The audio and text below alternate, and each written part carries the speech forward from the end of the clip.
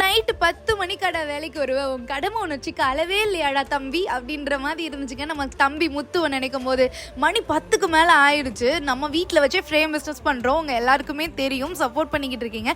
தம்பி வந்து நம்மக்கிட்ட ஃபுல் டைமாக ஒர்க் பண்ணுறாரு. காலையில் 11 மணிலேருந்து சாயந்தரம் 7 மணி முடியும் நம்மக்கிட்ட வேலை பார்ப்பாரு. மறுபடியும் நைட்டு 8 மணிலேருந்து அடுத்த நாள் காலையில் 6-7 மணி வரைக்கும் இன்னொரு இடத்துல ஃபுல் டைம் வந்து வேலை பார்ப்பாரு. இந்த வீடியோ எடுத்துகிட்டு இருக்கும்போது சனிக்கிழமை, அப்போ தான் 7 மணிக்கு தான் கிளம்புறான். மறுபடியும் 10 மணிக்கு வந்துட்டான். எங்கள் அப்பா வந்துட்டு சொல்றாரு, முத்து வந்திருக்கான், அதான் வந்துட்டு நாயெல்லாம் வந்துட்டு கத்துது. முத்து வந்தனையுமே நாயெல்லாம் வந்துட்டு அப்படியே கோரஸா வந்துட்டு கத்த ஆரம்பிச்சிடுவாங்க.